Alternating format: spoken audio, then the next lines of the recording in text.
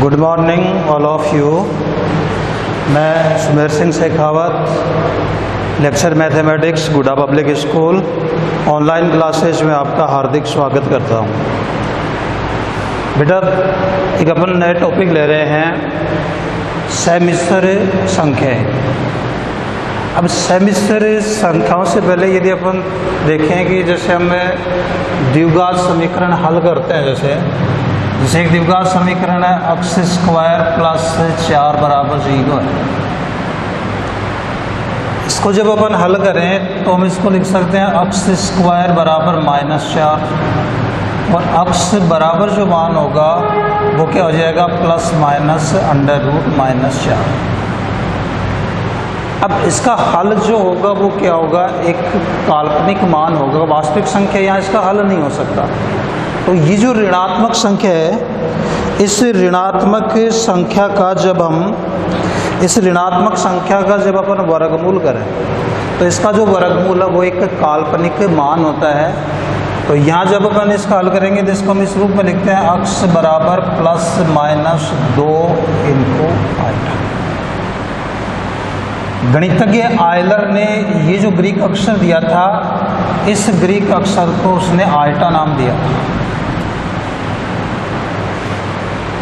और इस आइटा का जो मान होता है अंडर रूट -1 का जो मान होता है वो कितना होता है, आइटा होता है। तो ऐसी जो संख्याएं हैं, ऐसी जो भी संख्याएं हैं, यानी ऋणात्मक संख्याओं की जो वर्गमूल होते हैं वो काल्पनिक संख्याएं या अधिकल्पित संख्याएं कहलाती हैं। कि इनके जो वर्गमूल होते हैं उनको या तो अपन कहते हैं अधिकल्पित संख्या या फिर ये क्या होती है, काल्पनिक संख्या।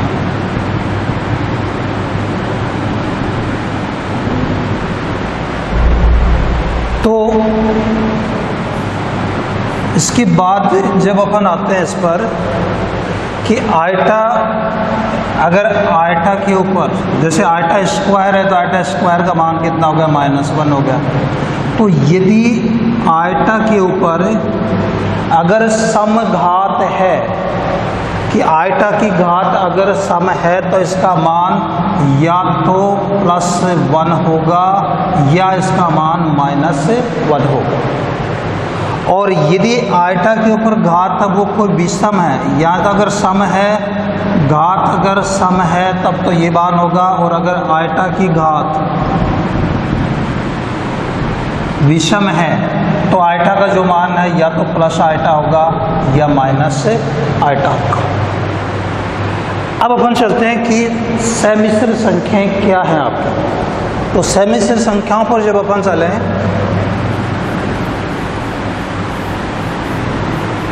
सेमिस्टर संख्या जिसको अपन बोलते हैं कॉम्प्लेक्स नंबर,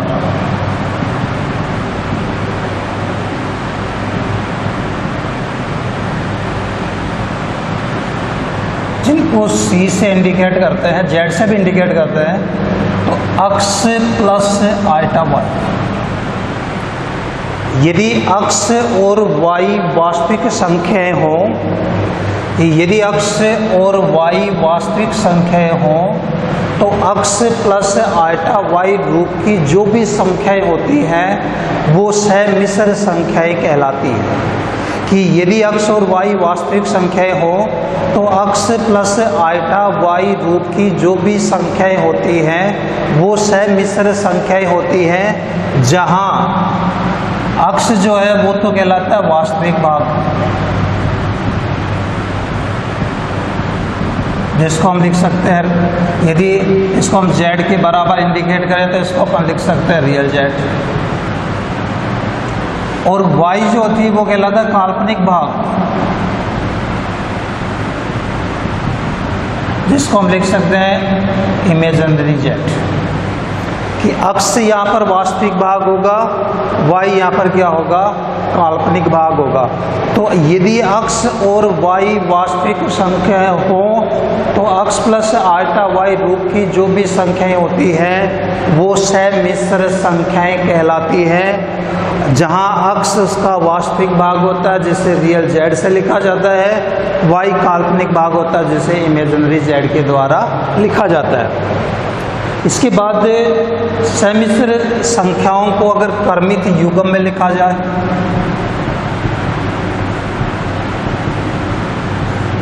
कि जेड बराबर अक्ष प्लस आल्टा वाई कोई समिश्र संख्या है तो इसके जो क्रमित युग्म है ये क्रमित युग्म इस रूप में लिखे जाते हैं अक्ष और वाई, जहाँ अक्ष वाई बिलोंग हुआ, जहाँ अक्ष वाई वास्तविक संख्याएं हैं तो इसको इस रूप में क्रमित युग्म में लिखा जाता है। जहाँ अक्ष वास्तविक भाग है, वाई क्या है, इसका काल्पनिक भाग है। फिर आता बेटा इसमें कि समिश्र संख्याओं की मूलभूत संक्रियाएं, और इन मूलभूत संक्रियाओं में सबसे पहले होती है योग की संक्रिया। जब दो समिश्र संख्याओं का योग किया जाता है तो हमें एक समिश्र संख्या ही प्राप्त होती है। कि पहली जो मूलभूत संक्रिया है वो योगफल की संक्रिया है कि जब दो समिश्र संख्याओं का योगफल यदि किया जाए तो योगफल में भी एक समिश्र संख्या ही प्राप्त होती है। इसके लिए यदि हम ये मान लें कि माना Z1 बराबर x1 प्लस आल्टा y1 और Z2 बराबर x2 प्लस आल्टा y2, यदि इन दोनों का योग किया जाए कि Z1 प्लस Z2 बराबर x1 plus ultra y1 plus x2 plus ultra y2, या बराबर यदि वास्तविक भाग हम एक साथ लिख दें तो x1 प्लस x2, और इन दोनों पदों में से यदि हम आल्टा कॉमन ले लें तो जब हम आल्टा यहाँ कॉमन लेंगे तो यहाँ बचेगा y1 और ये मान क्या हो जाएगा y2। तो x1 plus x2 plus ultra y1 plus y2 ये भी क्या होगी, एक समिश्र संख्या होगी, जहाँ x1 प्लस x2 इसका वास्तविक भाग होगा और y1 प्लस y2 क्या होगा, इसका काल्पनिक भाग होगा। तो अपन कह सकते हैं कि दो समिश्र संख्याओं का योगफल भी एक समिश्र संख्या ही होती है। फिर इसकी दूसरी मूलभूत संक्रिया है व्यकलन, कि माना Z1 बराबर x1 प्लस आल्टा y1 और इसी प्रकार से Z2 बराबर x2 प्लस आल्टा y2, कि दो समिश्र संख्याओं का व्यकलन या अंतर भी एक समिश्र संख्या ही होगी। तो जब इन दोनों को घटाया जाए Z1 माइनस Z2 बराबर होगा x1 plus ultra y1 minus x2 plus ultra y2। यदि वास्तविक भाग एक साथ लिखें तो वास्तविक भाग पहली समिश्र संख्या में x1, दूसरे में x2 तो x1 माइनस x2, और प्लस आल्टा, आल्टा कॉमन लिया तो इसमें मान बचा y1, और यहाँ आल्टा कॉमन लेंगे y2 माइनस से गुणा है तो माइनस y2। तो x1 minus x2 plus ultra into y1 y2, y1 minus y2, ये भी क्या है, एक समिश्र संख्या है, जहाँ x1 माइनस x2 क्या है, इसका वास्तविक भाग, और y1 माइनस y2 क्या है, इसका काल्पनिक भाग। तो दो समिश्र संख्याओं का व्यकलन या अंतर भी एक समिश्र संख्या ही होती है। इसके बाद तीसरी जो संक्रिया है वो गुणन की है।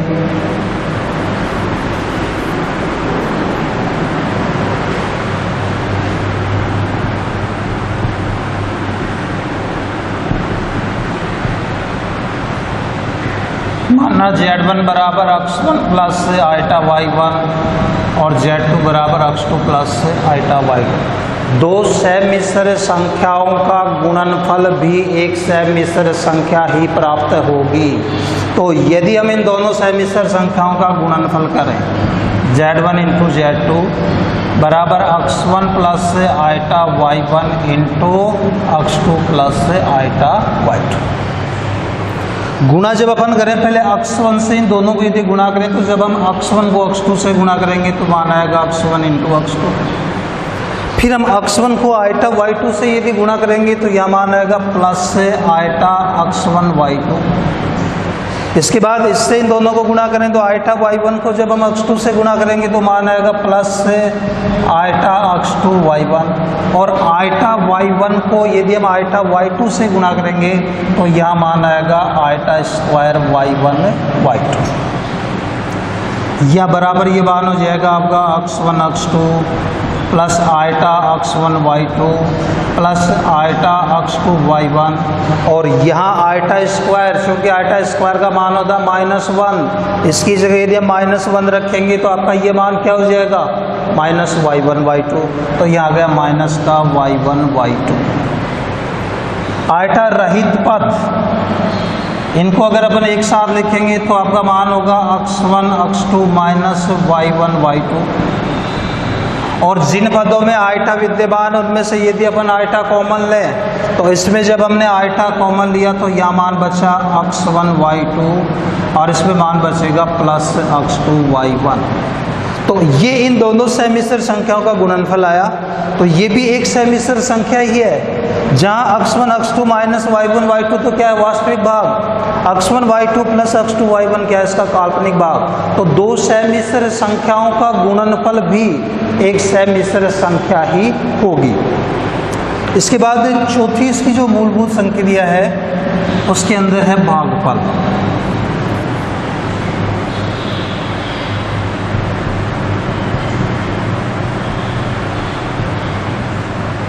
यहाँ भी हम दो सहमिश्र संख्या मान लें कि माना Z1 बराबर x1 प्लस आइटा y1 और Z2 बराबर x2 प्लस आइटा y2। दो सहमिश्र संख्याओं का भागफल भी एक सहमिश्र संख्या ही होती है। तो यदि हम ज्ञात करें यहाँ Z1 बटा Z2 का मान, तो Z1 की जगह मान रख दिया हमने x1 प्लस आइटा y1 और Z2 की जगह हमने मान रख दिया x2 प्लस आइटा y2। यदि हम इसके दोनों पक्षों को गुणा कर दें x2 माइनस आइटा y2 बटा x2 माइनस आइटा y2, हमने इसके अंश और हर को x2 माइनस आइटा y2 से गुणा किया है, तो बराबर ये मान होगा x1 जब x2 से गुणा हुआ तो यहाँ मान आ गया x1 x2। फिर ये x1 माइनस आइटा y2 से यदि गुणा होगा तो माइनस आइटा x1 y2।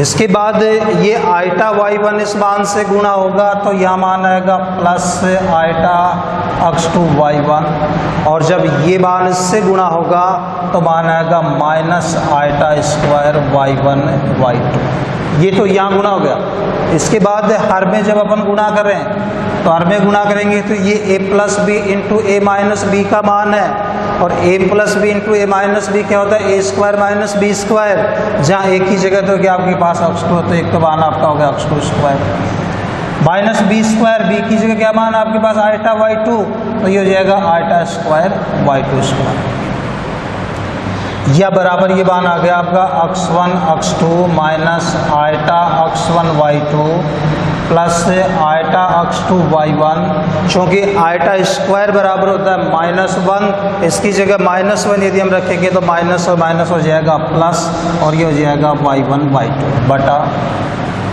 ये मान आपका ऐसा कैसा आ जाएगा x2 स्क्वायर, आइटा स्क्वायर की जगह फिर -1 तो माइनस और माइनस हो गया प्लस, यह मान हो जाएगा y2 स्क्वायर। जिन पदों में आइटा नहीं है वो पद यदि हम लिखेंगे तो Z1 बटा Z2 का मान हो गया आपका x1 x2 plus y1 y2। बाकी जो मान आपके पास इन दोनों पदों में से यदि हम आइटा कॉमन लें तो प्लस आइटा यदि हम कॉमन लें यहाँ मान बचेगा x2 y1, ये तो बच गया प्लस का, और ये बच जाएगा माइनस का x1 y2, तो माइनस का हो जाएगा x1 y2 बटा हर का मान है आपका x2 square plus y2 square. दोनों पदों को यदि हम अलग अलग लिखें तो Z1 बटा Z2 बराबर x1 x2 plus y1 y2 बटा x2 square plus y2 square, और प्लस आइटा into x2 y1 minus x1 y2 बटे x2 square plus y2 square. ये z1 बटा z2 का मान आ गया। तो ये z1 बटा z2 का मान है, तो ये भी तो एक समिश्र संख्या ही है, जहाँ ये तो क्या है, ये तो इसका वास्तविक भाग है, और ये क्या है इसका, ये इसका काल्पनिक भाग है। तो ये भी तो x प्लस आइटा वाई का रूप है। जब ये x प्लस आइटा वाई का रूप है तो अपन क्या कह सकते हैं कि z1 बटा z2 भी क्या है, एक समिश्र संख्या। समिश्र संख्या को c से व्यक्त किया जाता है। तो z1 बटे z2 बिलोंग टू क्या है, c। तो अपन कह सकते हैं कि दो समिश्र संख्याओं का भागफल भी एक समिश्र संख्या ही होती है। तो ये इसकी कुछ मूलभूत संक्रिया थी। योगफल में ये था कि दो समिश्र संख्याओं का योगफल भी एक समिश्र संख्या ही होती है। फिर गुणनफल अंतर व्यकलन के अंदर भी था कि दो समिश्र संख्याओं का अंतर या व्यकलन यदि किया जाए तो वो भी एक समिश्र संख्या प्राप्त होती है। तीसरी संक्रिया थी गुणन, कि जब दो समिश्र संख्याओं को गुणा किया जाए तो उनका गुणनफल है वो भी एक समिश्र संख्या ही प्राप्त होती है। और चौथी संक्रिया है भागफल, कि जब दो समिश्र संख्याओं का भागफल किया जाए तो प्राप्त संख्या भी एक समिश्र संख्या ही होती है। इसके बाद जो योगफल के लिए कुछ गुणधर्म है। समिश्र संख्याओं का जो योगफल होता है उस योगफल के कुछ गुणधर्म होते हैं, जिनमें योग के गुणधर्म,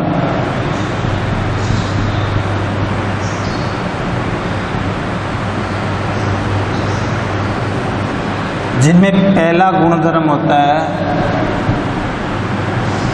समवर्तता। वही चीज़ आएगी इसके अंदर कि जब योग यदि अपन दो समिश्र संख्याओं का योग यदि अपन करेंगे तो योगफल में भी आपको क्या प्राप्त होता है, एक समिश्र संख्या ही प्राप्त होती है। उसके लिए जैसे हमने मान लिया दो समिश्र संख्या मान ली कि माना z1 बराबर x1 प्लस आइटा y1 और z2 बराबर हमने मान लिया x2 प्लस आइटा y2। यदि हम इन दोनों समिश्र संख्याओं का योगफल करें तो z1 प्लस z2 बराबर, z1 का मान रख दिया हमने x1 प्लस आइटा y1 और ऐसे हमने z2 का मान रख दिया x2 प्लस आइटा y2, या बराबर ये मान आपका हो जाएगा x1 प्लस x2। क्या किया मैंने, यहाँ x1 और x2 को एक साथ लिख दिया। इसके बाद ये जो मान आपका आइटा y1 और आइटा y2, इनमें से हमने आइटा कॉमन ले लिया, यह मान होगा y1 प्लस y2। तो x1 plus x2 plus iota y1 plus y2 ये किस प्रकार की संख्या है, ये जो मान आपको प्राप्त हो रहा है ये कैसी संख्या है, समिश्र संख्या है। तो समिश्र संख्या है तो अपन यहाँ ये कह सकते हैं कि z1 प्लस z2 है वो क्या होगी, एक समिश्र संख्या होगी। तो योग के लिए समिश्र संख्याएं समवर्तता के गुणधर्म का पालन करती हैं। इसके बाद दूसरा जो गुणधर्म होता है इसका वो होता है साहचर्यता का।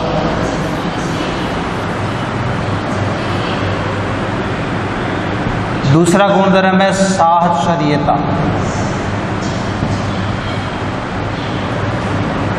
कि यदि z1 बराबर मान लिया हमने x1 प्लस आइटा y1 और z2 बराबर हमने मान लिया x2 प्लस आइटा y2 और z3 हमने मान लिया x3 प्लस आइटा y3, कि माना z1 बराबर x1 plus iota y1, z2 बराबर x2 प्लस आइटा y2 और z3 बराबर x3 प्लस आइटा y3 तीन समिश्र संख्याएं हैं, जहां x1, x2, x3, y1, y2, y3 वास्तविक संख्याएं हैं।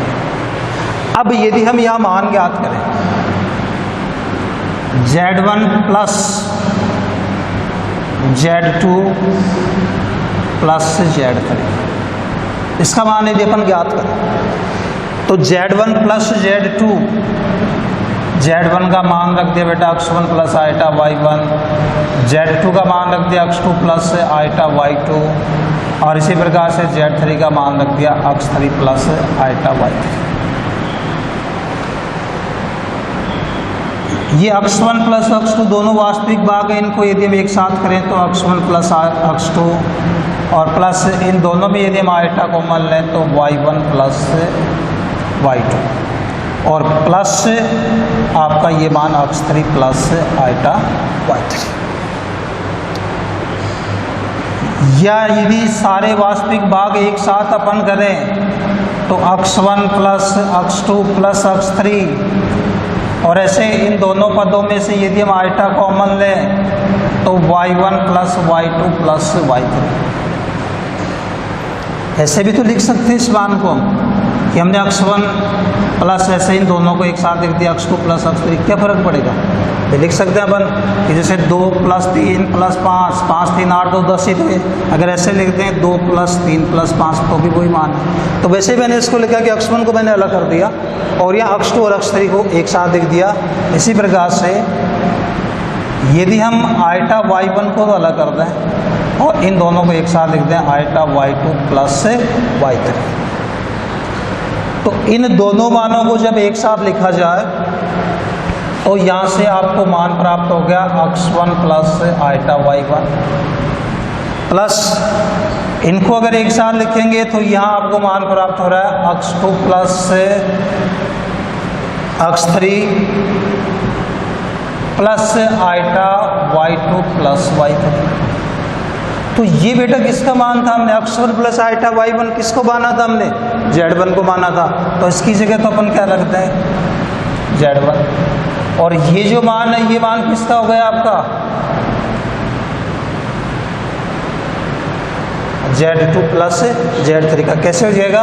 इसको आप ऐसे लिख सकते हैं ना, x2 प्लस आइटा y2 लिख दिया और plus x3 plus iota y3 लिख दिया। अलग अलग लिख दिया इनको।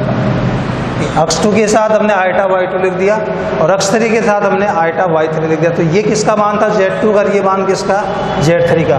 तो आप देखिए इससे आपको ये मान निकाला था हमने, z1 प्लस z2 को साथ लेके z3 अलग किया था और उससे जो मान आपको मिल रहा है उसमें z2 और z3 साथ है, z1 अलग है। तो अपन यहाँ कह सकते हैं कि z1 plus z2 plus z3 बराबर होगा z1 plus z2 plus z3। और अगर ऐसा है तो अपन कह सकते हैं कि समिश्र संख्याएं योग के लिए शास्त्रीय गुणधर्म का पालन करती हैं। कि यानी शास्त्रीय गुणधर्म को सिद्ध करने के लिए हमने 3 समिश्र संख्या मानी है, z1 z2 और z3। z1 हमने माना x1 plus iota y1, z2 हमने माना x2 प्लस आइटा y2 और z3 माना हमने x3 plus iota y3।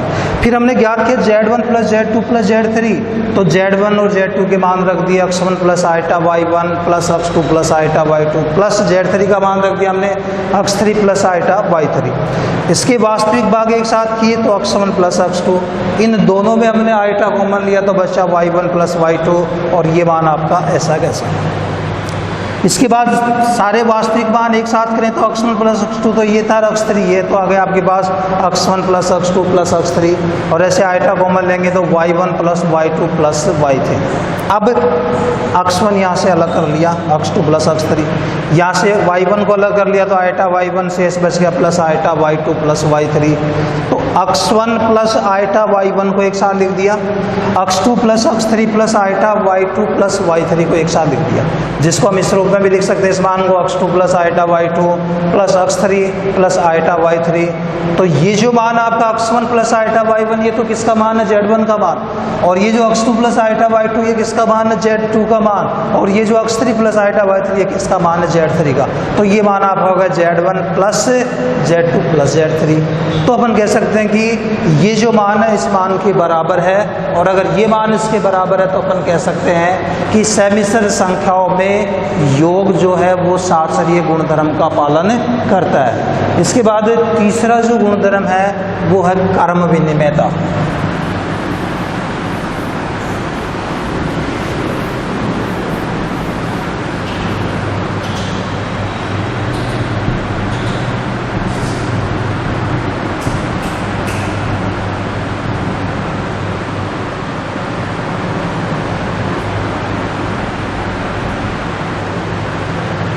Thank you.